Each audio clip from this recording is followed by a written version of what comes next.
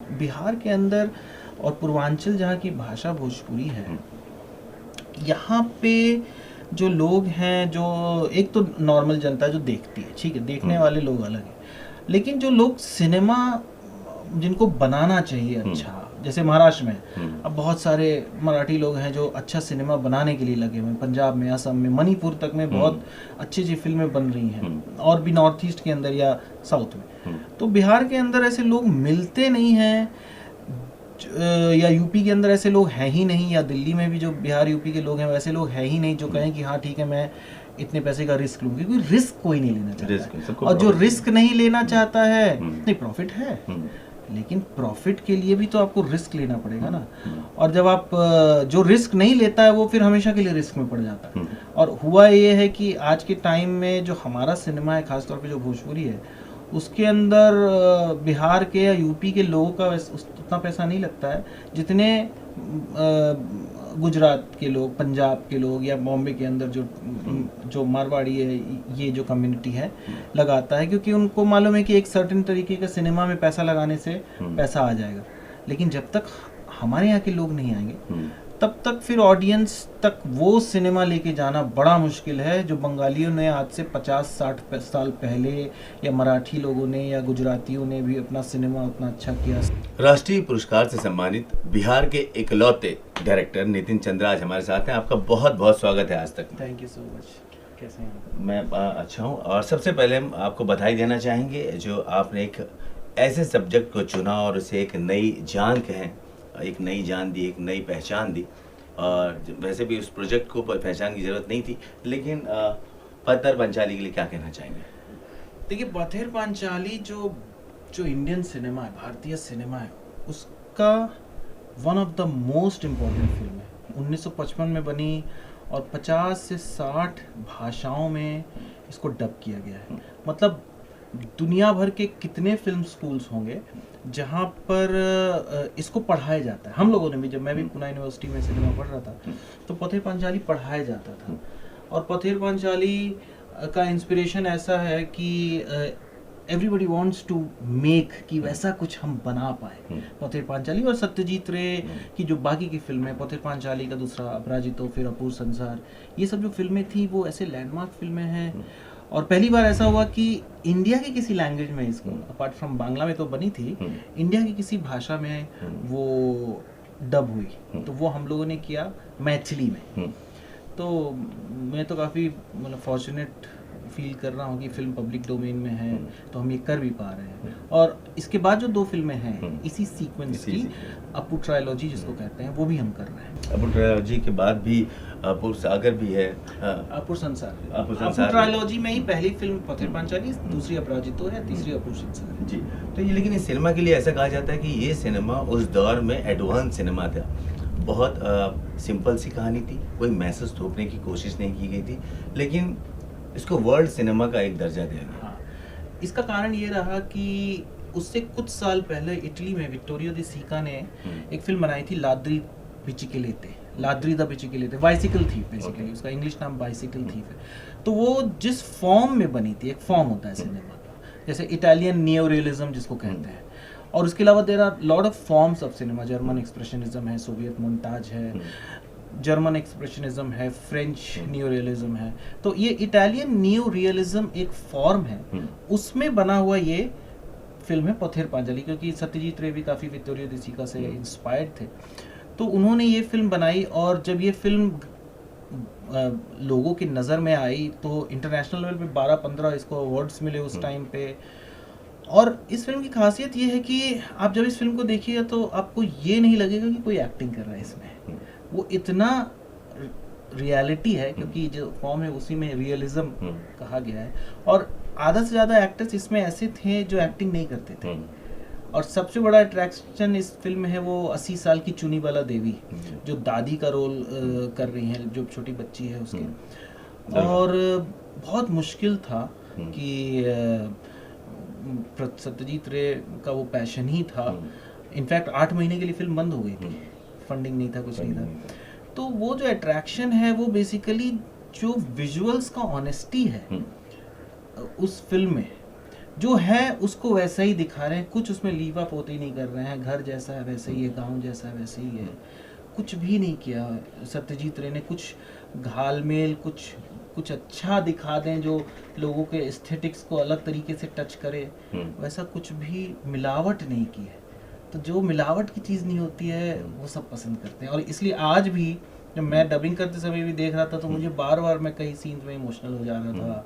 कई बार ऐसा हो रहा था कि मुझे लग रहा था कि कैसे बनाया होगा, क्योंकि इतने ईमानदारी जो है सत्यजीत रे की इस फिल्म में, वो ईमानदारी इम्पॉसिबल ईमानदारी है। वो उन्होंने मतलब ऑनेस्टी के पराकाष्ठा को टच किया है, जो आज के टाइम में हम लोग नहीं कर सकते।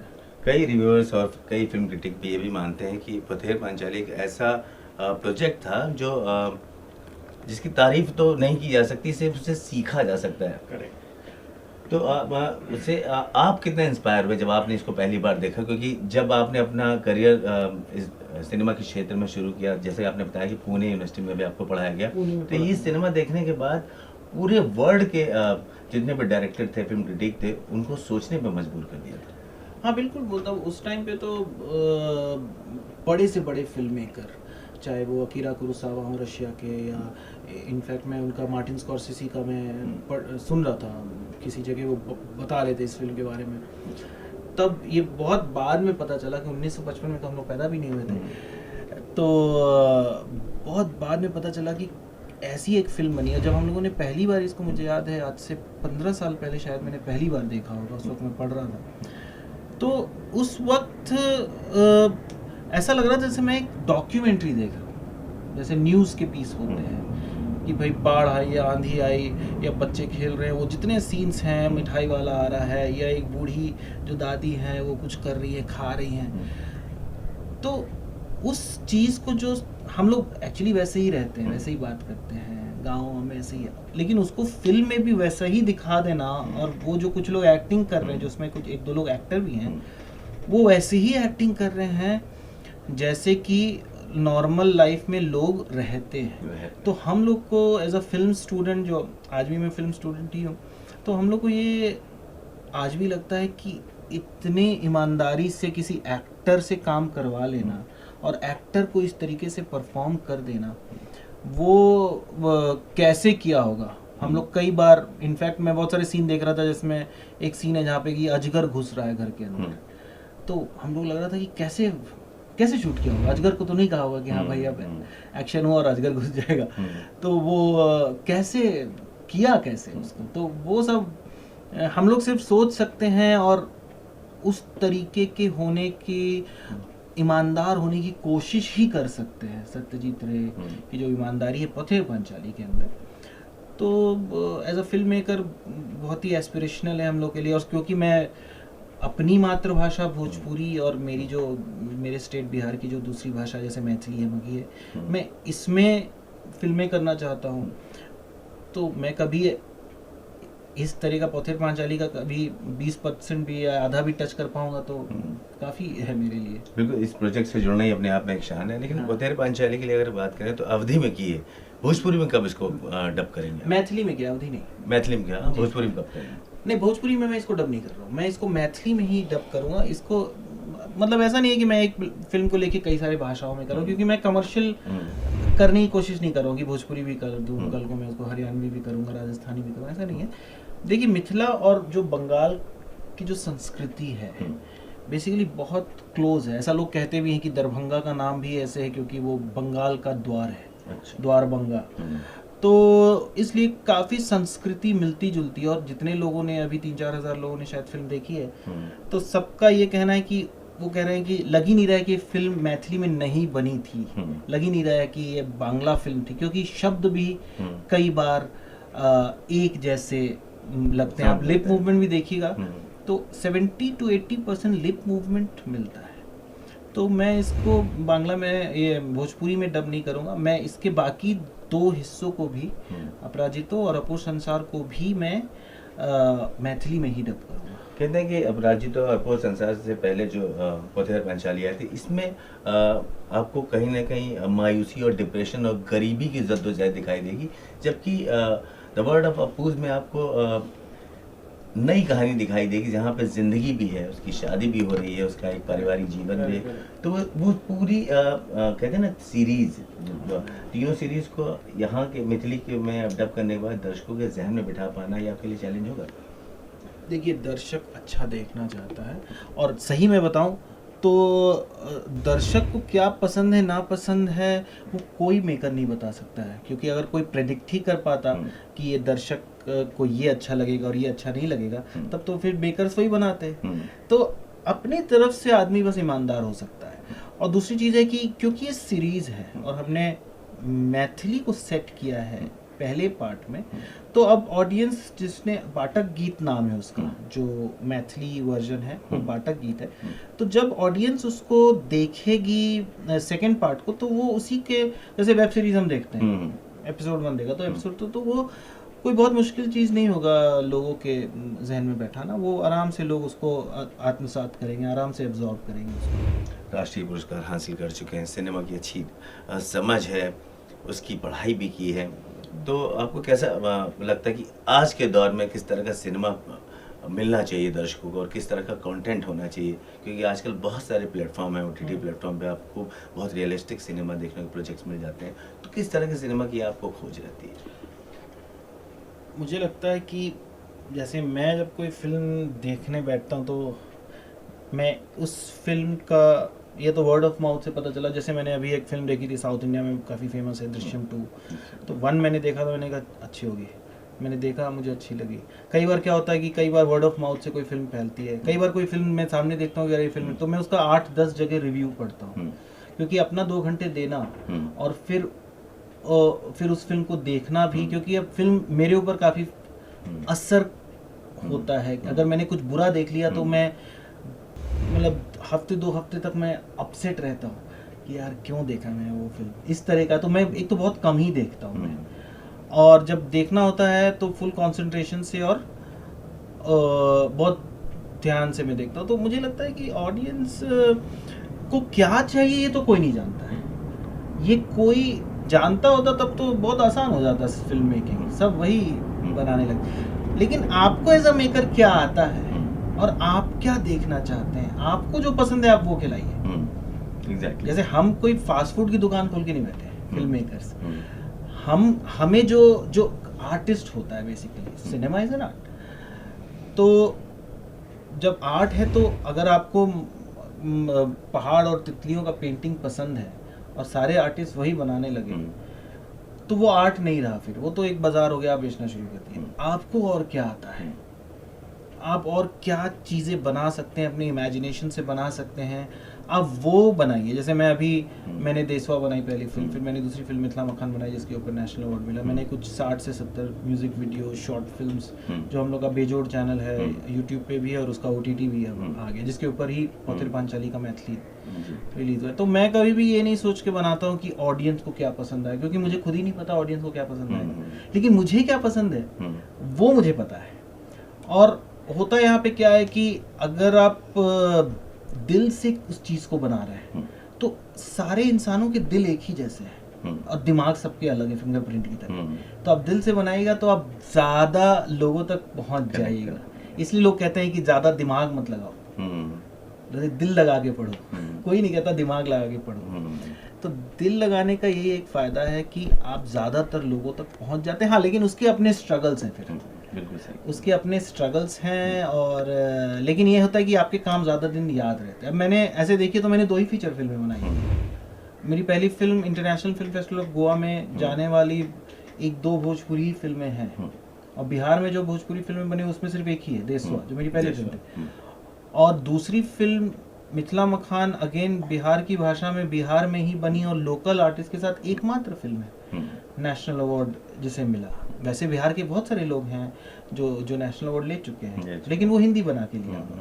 लेकिन बिहार में रह के बिहार की भाषा में बना के ये एकमात्र फिल्म। लेकिन मैं इसको बहुत बड़ी वो चीज़ नहीं मानता हूँ, क्योंकि अभी तो काम शुरू ही किया है, अभी तो वार्म अप ही हो रहा है, अभी तो ऑस्कर लेना है। तो इसके बाद अब वो ऑस्कर वाली जो रेंज है उसे पूरा करना है और वहाँ तक पहुँचना, तो अभी कौन सा प्रोजेक्ट होगा जो आपके दर्शकों के लिए होगा? देखिए, ऑस्कर की बात तो मैंने ऐसे ही कह दी। मेन है कि आप ईमानदारी से बात काम कर पाएँ। और दूसरी बात ये क्या है कि बिहार के अंदर और पूर्वांचल जहाँ की भाषा भोजपुरी है, यहाँ पे जो लोग हैं, जो एक तो नॉर्मल जनता जो देखती है, ठीक है, देखने वाले लोग अलग हैं, लेकिन जो लोग सिनेमा जिनको बनाना चाहिए अच्छा, जैसे महाराष्ट्र में अब बहुत सारे मराठी लोग हैं जो अच्छा सिनेमा बनाने के लिए लगे हुए हैं, पंजाब में, असम में, मणिपुर तक में बहुत अच्छी अच्छी फिल्में बन रही हैं, और भी नॉर्थ ईस्ट के अंदर या साउथ में। तो बिहार के अंदर ऐसे लोग मिलते नहीं हैं, या यूपी के अंदर ऐसे लोग हैं ही नहीं, या दिल्ली में भी जो बिहार यूपी के लोग हैं वैसे लोग हैं ही नहीं जो कहें कि हाँ ठीक है मैं